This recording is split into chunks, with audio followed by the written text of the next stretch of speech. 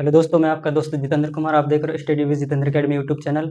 आज हम पढ़ेंगे बायोलॉजी। बायोलॉजी में हम कहाँ तक पहुँच गए थे? बायोलॉजी पहुँच गए थे हम रक्त के घटक पढ़े थे। रक्त घटक दो होते हैं, एक होते हैं प्लाज्मा, दूसरा होता है रक्त कणिकाएं। तो हमारा प्लाज्मा कंप्लीट हो गया था। प्लाज्मा कितना पाया जाता है? प्लाज्मा पाया जाता है 55 से 60%। और जो रक्त कणिकाएं होती है, रक्त कणिकाएं पाई जाती हैं कितनी? रक्त कणिकाएं पाई जाती हैं 45%।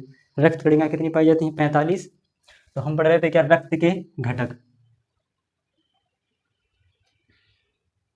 रक्त के घटक। रक्त के घटक क्या क्या होते हैं? एक होता है प्लाज्मा। प्लाज्मा ये होता है कितना? 45। ये होता है 55 से 60%। और कैसा होता है ये? रक्त का तरल भाग होता है। ये हमारा कंप्लीट हो गया। दूसरा होता है रक्त कणिकाएं। रक्त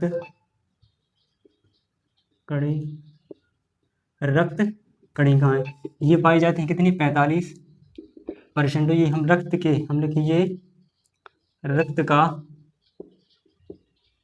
ठोस भाग होते हैं।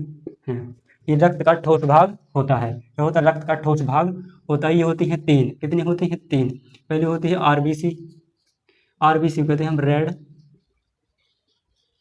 Blood cell. Red blood cell. दूसरी होती है डब्ल्यूबीसी। डब्ल्यूबीसी तीसरी होती है प्लेटलेट्स या बिम्बाणु। हमें क्या पढ़ना? हमें पढ़ना है, पहले हम पढ़ेंगे आरबीसी। क्या पढ़ेंगे? आरबीसी। क्या पढ़ेंगे? RBC. Heading nerve of RBC. RBC.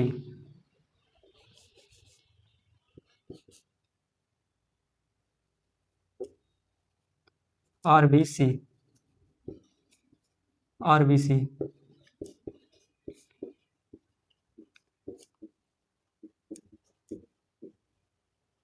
लाल रक्त कोशिका। आरबीसी को हिंदी में क्या कहते हैं? आरबीसी को हिंदी में कहते हैं लाल रक्त कोशिका। कहते हैं लाल रक्त कोशिका। लाल रक्त कोशिका। अब आरबीसी का वैज्ञानिक, सबसे पहला क्वेश्चन पूछा जाएगा, आरबीसी का वैज्ञानिक नाम क्या होता है? आरबीसी का वैज्ञानिक, आरबीसी का वैज्ञानिक नाम होता है एरिथ्रोसाइट।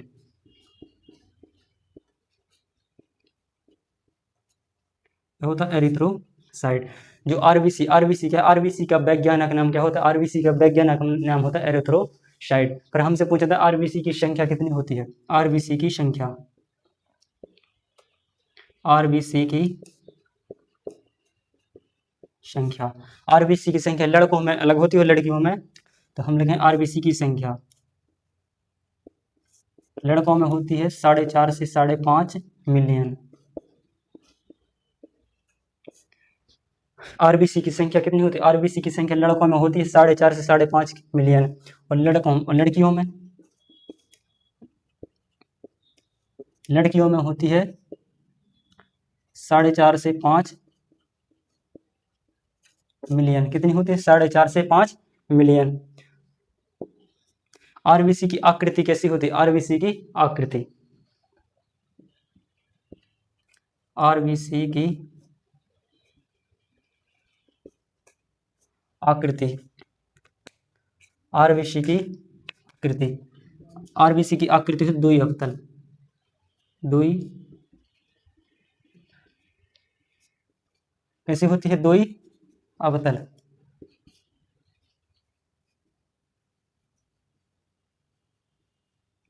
कैसी होती है? दुई अवतल।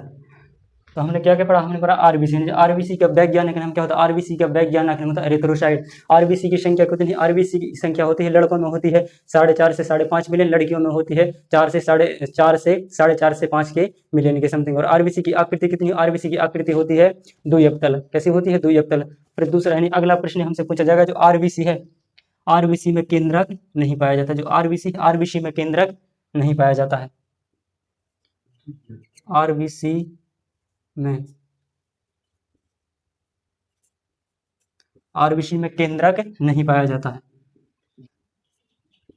पाया जाता है। आरबीसी में केंद्रक नहीं पाया जाता है। और जो आरबीसी आरबीसी में केंद्रक नहीं पाया जाता, आरबीसी में राइबोसोम, सूत्रकणिका और अंतःप्रेद्य जालिका भी नहीं पाई जाती है, नहीं पाई जाती है, नहीं पाई जाती है।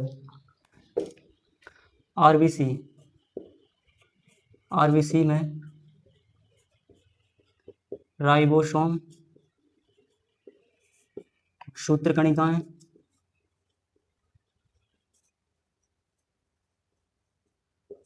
सूत्रकणिकाएं और अंतःप्रेद्य जालिका,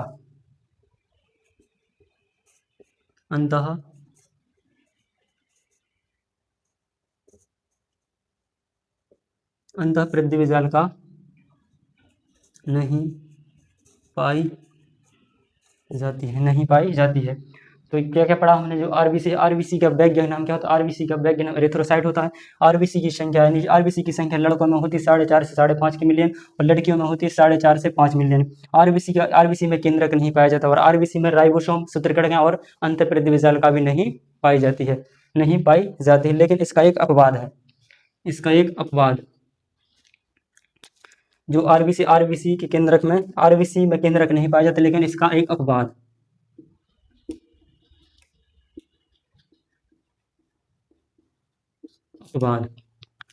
अपवाद यानी जो ऊंट और लामा की आरबीसी में केंद्रक पाया जाता है।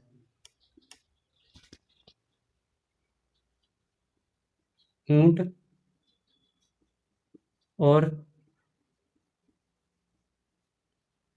और लामा की आरबीसी में केंद्रक पाया जाता है। ऊंट और लामा की आरबीसी में केंद्रक पाया जाता है। और हमने इसकी आकृति, जो इन दोनों की आकृति, जो आरबीसी की इसमें आकृति कितनी कैसी होती है? आरबीसी की आकृति होती है अंडाकार। ऊंट और लामा की आरबीसी की आकृति कैसी होती है? अंडाकार। कैसी होती है? ये होती है अंडाकार। कैसी होती है? अंडाकार होती है। कैसी होती है? अंडाकार होती है। एक नोट पॉइंट, एक लिखो नोट पॉइंट, पक्षी, सरीसृप, पक्षी, सरीसृप और उभयचर, और उभयचर की आरबीसी में केंद्रक पाया जाता है। हम लोग नोट पॉइंट मैंने पक्षी, सरीसृप, उभयचर की आरबीसी में केंद्रक पाया जाता है। क्या पाया जाता है? केंद्रक पाया जाता है। अब केंद्रक पाया जाता है। फिर अगला क्वेश्चन आता है, जो आरबीसी का निर्माण कहाँ पर होता है? आरबीसी का निर्माण कहाँ से? हम ऊपर से लिखते हैं आरबीसी का निर्माण।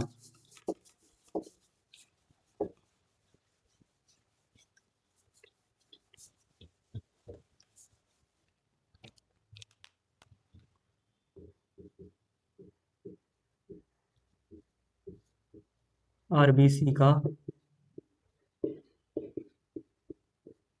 निर्माण, तो आरबीसी का निर्माण कहाँ पर होता है? आरबीसी का निर्माण होता है लाल अस्थि मज्जा में। कहाँ पर होता है? लाल अस्थि मज्जा में। तो आरबीसी का निर्माण कहाँ पर होता है? लाल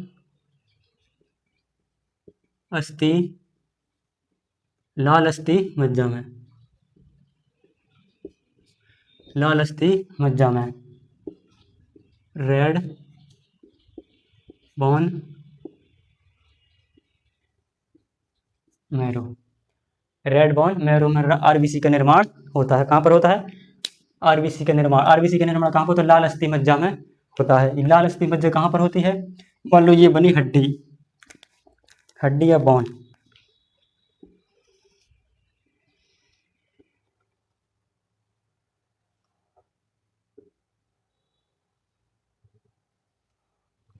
ये मान लो ये क्या है? हड्डी।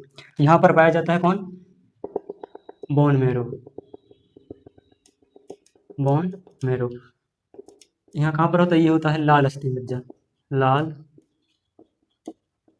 अस्थि मज्जा, लाल अस्थि मज्जा। अब यहाँ पर पाया जाता है एक हार्मोन, एक हार्मोन पाया जाता है। कौन पाया जाता है, एक हार्मोन पाया जाता है। कौन सा हार्मोन है, कौन सा हार्मोन होता है, एरिथ्रोपोइटिन हार्मोन पाया जाता है, erythropoietin hormone.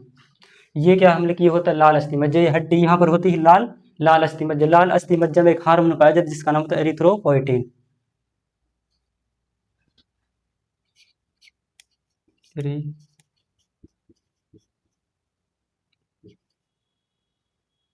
Erythro erythropoietin hormone. यह है लाल अस्थि मज्जा, लाल अस्थि मज्जा में एक हार्मोन पाया जाता है, कौन सा होता है, एरिथ्रोपोइटिन। एरिथ्रोपोइटिन ये क्या करता है, ये आरबीसी का निर्माण करता है। ये क्या करता है, ये आरबीसी का निर्माण करता है। क्या करता है, आरबीसी का निर्माण करता है, आरबीसी का निर्माण करता है। क्या करता है, आरबीसी का निर्माण करता है। जो एरिथ्रोपोइटिन जो हार्मोन है, इससे कौन बनाता है, एरिथ्रोपोइटिन इसे कौन बनाता है, इन्हें बनाता है किडनी। कौन स्रावित कौन करता है, किडनी। यानी इसे कौन बनाता है, इसे स्रावित करता है, या इसे कौन बनाता है, इसे बनाता है गुर्दे, गुर्दे बनाते हैं। हम लोग के जो एरिथ्रोपोइटिन हार्मोन है, इसे कौन बनाता है, इसे बनाते हैं गुर्दे। कौन बनाते हैं, गुर्दे। तो हमने क्या पढ़ा, हमने पढ़ा जो आरबीसी का निर्माण, आरबीसी का निर्माण कहाँ पर होता है, आरबीसी का निर्माण होता है लाल अस्थि मज्जा में। कहाँ पर होता है, लाल अस्थि मज्जा में। अब लाल अस्थि मज्जा में एक हार्मोन पाया जाता है जिसका नाम था एरिथ्रोपोइटिन। एरिथ्रोपोइटिन, एरिथ्रोपोइटिन क्या करते हैं, एरिथ्रोपोइटिन ही लाल जो आरबीसी का निर्माण करते हैं। किसका, आरबीसी का निर्माण करते हैं, आरबीसी का निर्माण, आरबीसी हार्मोन। हार्मोन कौन सा, एरिथ्रोपोइटिन हार्मोन। कौन बनाता है, आरबीसी का निर्माण यही करता है, ये हार्मोन। इस हार्मोन को कौन स्रावित करता है, गुर्दे बनाते हैं। क्या बनाते हैं, गुर्दे। अब लिखो दूसरा पॉइंट, आरबीसी का जीवन काल, आरबीसी का जीवन काल। आरबीसी का जीवन काल कितना होता है, 120 दिन होता है। कितना, 120 दिन। आरबीसी का जीवन काल कितना होता है, आरबीसी का जीवन काल होता है 120 दिन। फिर दूसरा पॉइंट आता है जो आरबीसी का, आरबीसी की मृत्यु कहाँ पर होती है, आरबीसी की मृत्यु, आरबीसी की, आरबीसी की मृत्यु कहाँ पर होती है, प्लीहा में, प्लीहा में होती है। जो आरबीसी, आरबीसी का जीवन काल कितना होता है, आरबीसी का जीवन काल होता है 120 दिन। जो आरबीसी आरबीसी आरबीसी आरबीसी की मृत्यु कहाँ पर होती है, आरबीसी की मृत्यु होती है प्लीहा में। हमने क्या पढ़ा, हमने पढ़ा जो आरबीसी का जीवन काल है, आरबीसी का जीवन काल कितना होता है, आरबीसी का जीवन काल होता है 120 दिन का। जो आरबीसी की मृत्यु कहाँ पर होती है, आरबीसी की मृत्यु होती है प्लीहा में। कहाँ पर होती है, प्लीहा में। प्लीहा, प्लीहा को क्या कहते हैं, प्लीहा को आरबीसी का कब्रिस्तान कहा जाता है। जो प्लीहा है, प्लीहा, प्लीहा, प्लीहा को आरबीसी का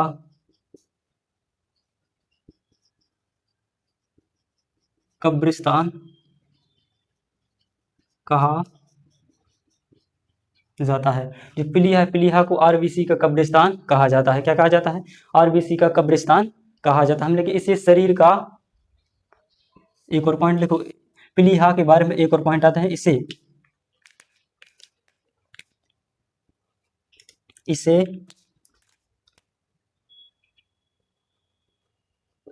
इसे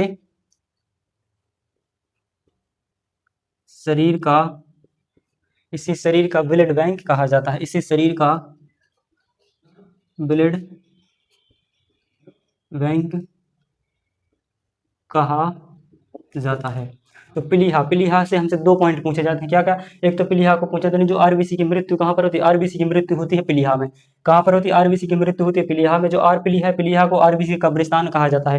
यानी जो प्लीहा है, प्लीहा को आरबीसी का कब्रिस्तान कहा जाता है, और इसे शरीर का ब्लड बैंक भी कहा जाता है। क्या कहा जाता है, इसे ब्लड बैंक भी कहा जाता है। फिर अगर जो आरबीसी की संख्या कितनी होती है, आरबीसी की संख्या होती है यानी लगभग लगभग यानी कितनी होती है, 4.5 से 5.5 मिलियन के समथिंग होती है। अगर आरबीसी की, अगर हमारे शरीर में आरबीसी की संख्या अधिक हो जाए, अगर हमारे शरीर में आरबीसी की संख्या अधिक हो जाए या कम हो जाए तो रोग होता है। अगर अधिक हो जाए तो एक रोग होता है जिसे हम पॉलीसाइथीमिया कहते हैं। क्या कहते हैं, पॉलीसाइथीमिया कहते हैं। अगर आरबीसी की संख्या अधिक हो जाए, अगर आरबीसी की संख्या कम हो जाए, अगर हमारे शरीर में आरबीसी की संख्या अगर कम हो जाए तो एक रोग होता है जिसे एनीमिया कहते हैं। एनीमिया का मतलब होता है यानी यानी जो रक्त में कमी आना, रक्त में कमी आना। तो हम क्या लिखेंगे, जो आरबीसी की संख्या, जो पीलिहा से 2 ही पॉइंट पूछे जाते हैं। एक तो पूछा जाता है आरबीसी कब्रिस्तान कहा जाता है पीलिहा, और इसे शरीर का ब्लड बैंक भी कहते हैं। किसे, पीलिहा को। लेकिन मतलब कोई बुक में ये भी होता है जो पीलिहा आरबीसी की मृत्यु कहाँ पर, पीलिहा में होती है। और नोट पॉइंट लिखो, पीलिहा, जो आरबीसी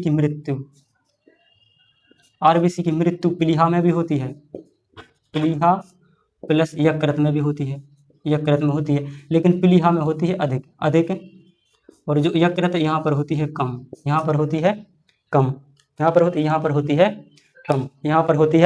अब हम लिखें जो आरबीसी की संख्या, अगर आरबीसी की संख्या अधिक हो जाए या कम हो जाए, आरबीसी की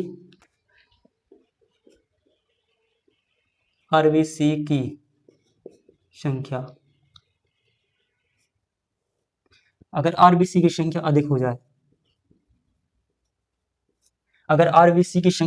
जाए, तो कौन सा रोग होता है, एक पॉलीसाइथीमिया रोग होता है। कौन सा होता है, पॉलीसाइथीमिया रोग होता है।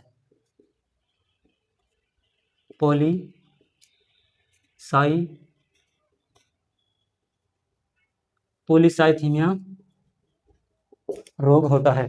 अगर आरबीसी की संख्या कम हो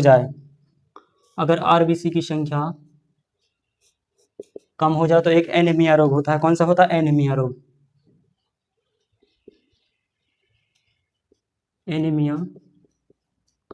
होता है। क्या होता है, एनीमिया रोग होता है, यानी इसमें खून की कमी आ जाती है। क्या आ जाती है, इसमें खून की कमी आ जाती है। इसमें खून की कमी आ जाती है। अब हम लिखेंगे यानी जो आरबीसी की संख्या, यानी अगर हम ऊंचाई पर, यानी मान लो अगर ऊंचाई पर जाएंगे तो क्या होगा, ऊंचाई पर जाने पर जो ऑक्सीजन होता है, ऑक्सीजन की कमी आती जाती है। अगर ऑक्सीजन की कमी आएगी तो क्या होगा, अगर ऑक्सीजन की कमी आएगी तो आरबीसी की संख्या अधिक होगी। आरबीसी की संख्या कैसी, आरबीसी की संख्या होगी अधिक। तो एक क्वेश्चन आता है जो यानी पर्वतीय क्षेत्रों में रहने वाले लोगों में, पर्वतीय क्षेत्रों पर रहने वाले लोगों में आरबीसी की संख्या सामान्य लोगों से ज्यादा क्यों पाई जाती है। तो क्यों पाई जाती है, इसीलिए पाई जाती है क्योंकि ऊंचाई पर जाने पर जो ऑक्सीजन होता है, ऑक्सीजन की मात्रा कम होती है। अगर ऑक्सीजन की मात्रा कम होगी तो क्या होगा, आरबीसी की संख्या अधिक होगी। अधिक क्यों होगी, क्योंकि जो आरबीसी काम क्या होता है, आरबीसी काम होता है ऑक्सीजन का परिवहन करना। अगर आरबीसी की कम हो, अगर ऑक्सीजन की संख्या कम होगी तो आरबीसी की संख्या अधिक इसलिए होती है क्योंकि अधिक होती है तो वो ऑक्सीजन का भरपूर करते हैं। ऑक्सीजन की जो शरीर में ये भरपूर करता है जो आरबीसी, क्या करती है, आरबीसी। तो एक नोट पॉइंट लिखो,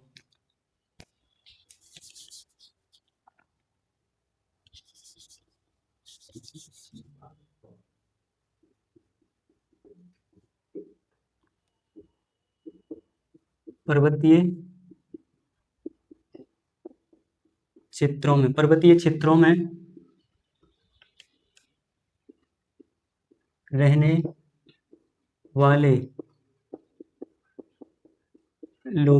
वाले लोगों में आरबीसी की संख्या सामान्य लोगों से अधिक होती है, अधिक होती है। अब लिखेंगे आरबीसी का काम क्या होता है, जो आरबीसी का काम क्या होता है, आरबीसी का काम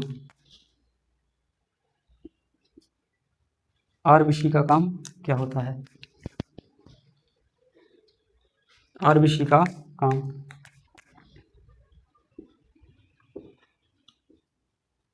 आरबीसी का काम क्या होता है, आरबीसी का काम क्या होता है। लिखो आरबीसी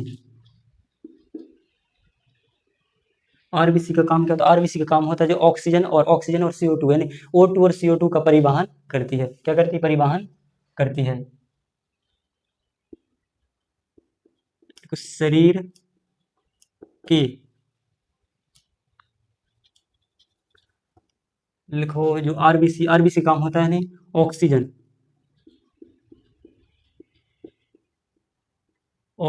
को फेफड़ों से शरीर के अंगों तक पहुंचाना यानी ऑक्सीजन को फेफड़ों से शरीर के अंगों तक पहुंचाना तथा कार्बन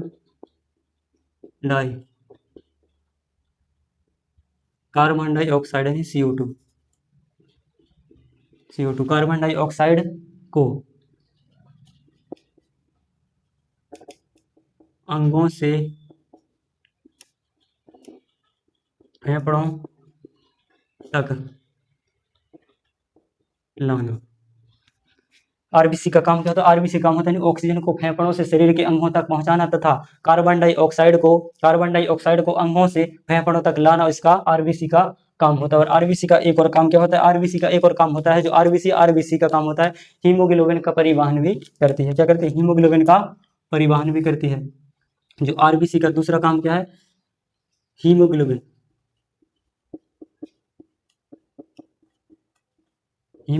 का परिवहन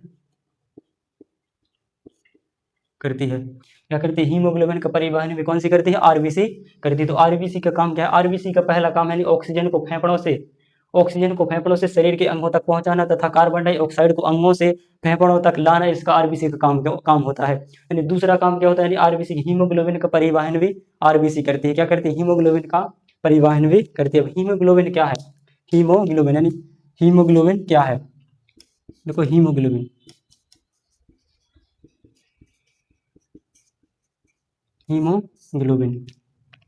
तो हीमोग्लोबिन क्या करता है? हम लिखें यह एक वर्णक है। हम लिखें यह रक्त को लाल रंग देता है। जो हीमोग्लोबिन हम लिखें यह एक वर्णक है और हीमोग्लोबिन का काम होता है यह रक्त को लाल रंग देता है। क्या देता है? यह रक्त को लाल रंग देता है। और दूसरा यानी जो हीमोग्लोबिन दो पदार्थों से मिलकर बना होता है। यह दो पदार्थों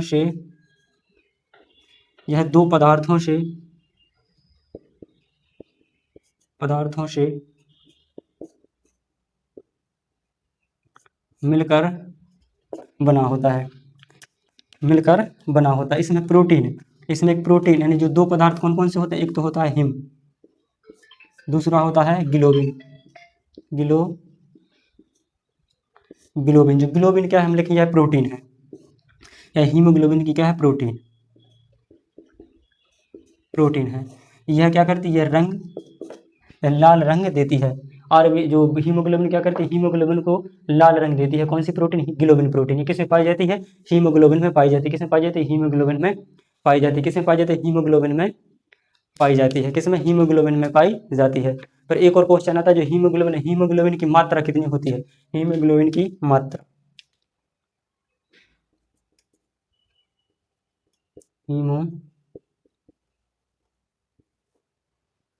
हीमोग्लोबिन की मात्रा या संख्या। हीमोग्लोबिन की संख्या लड़कों में होती है अलग। लड़कों में होती है 14 से 17 ग्राम प्रति डेसीलीटर। कितनी होती? प्रति डेसीलीटर। और लड़कियों में होती है 12 से 14 ग्राम प्रति डेसीलीटर। नवजात या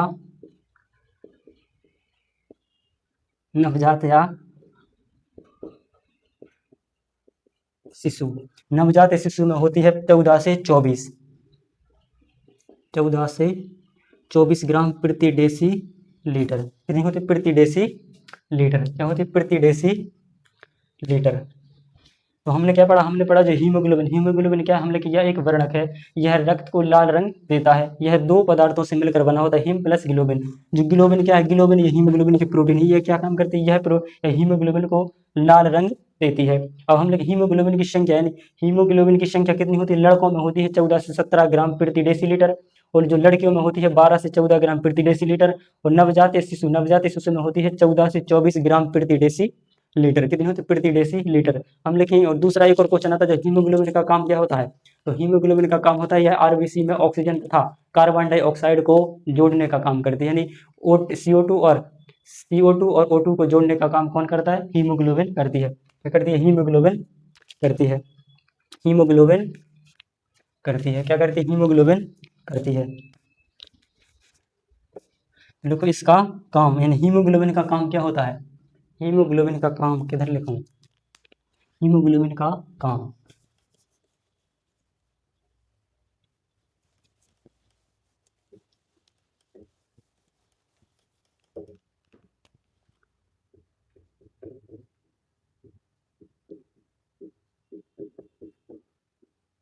हीमोग्लोबिन का काम, हीमोग्लोबिन का काम क्या होता है, हीमोग्लोबिन का काम होता है O2 और CO2 को जोड़ने का काम करता है। यह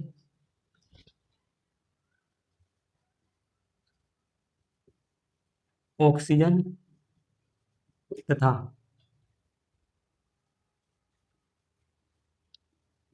कार्बन डाइऑक्साइड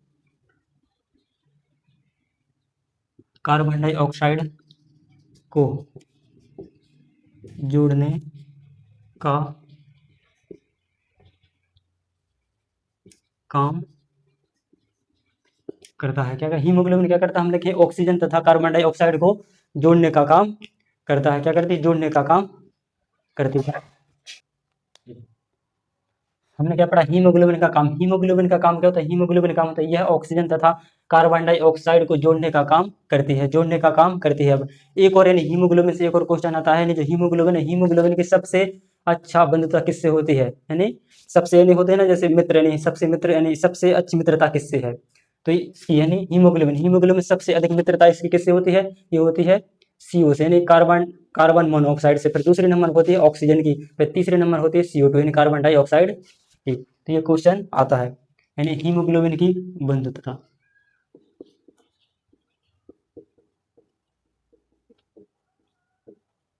हीमोग्लोबिन की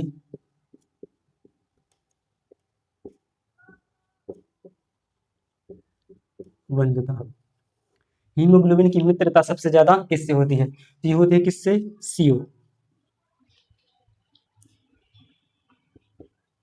carbon mono oxide, carbon mono oxide इसकी सबसे अधिक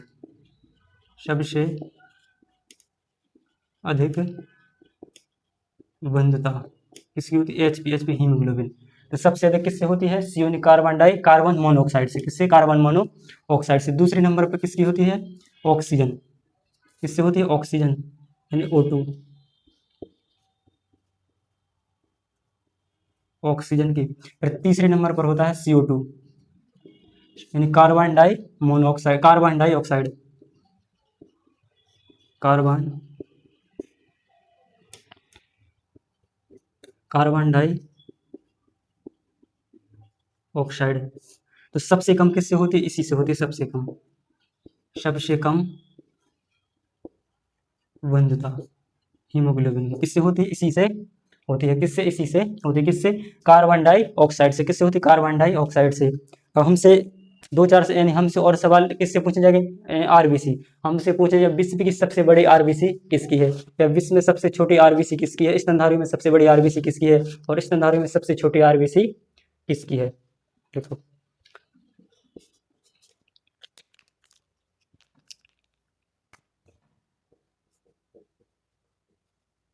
विश्व में सबसे बड़ी, विश्व में सबसे बड़ी आरबीसी, विश्व में सबसे बड़ी आरबीसी किसकी होती है, एमी फ्यूमा की, एमी फ्यूमा किसकी होती है?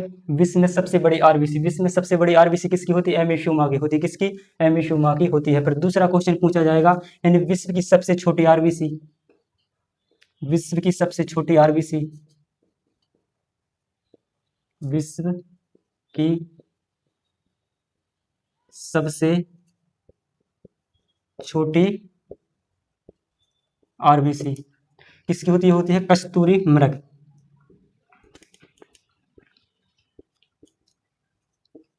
कस्तूरी मृग क्या होता है? कस्तूरी मृग। फिर आता है जी एक और क्वेश्चन आता है स्तनधारियों में, यानी स्तनधारियों में या उसी में हम आते हैं मनुष्य, यानी स्तनधारियों में सबसे बड़ी कोशिका, बड़ी आरबीसी किस में होती है? स्तनधारियों में।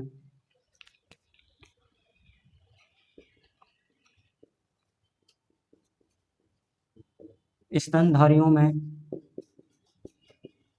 सबसे बड़ी आरबीसी किसकी होती है? होती है हाथी की। किसकी होती है? हाथी की। किसकी होती है? हाथी की। फिर एक और पूछा जाता है स्तनधारियों में सबसे छोटी, स्तनधारियों में सबसे छोटी, स्तनधारियों में सबसे छोटी आरबीसी किसमें होती है? ये होती है कस्तूरी मृग। कस्तूरी मृग किसकी होती है? कस्तूरी मृग। ये हमारा आरबीसी का चैप्टर हो गया पूरा। आरबीसी का चैप्टर हो गया पूरा। अगली क्लास में मिलेंगे हम डब्ल्यूबीसी में, यानी जो आरबी जो हमने पढ़ा था, क्या हमने पढ़ा था?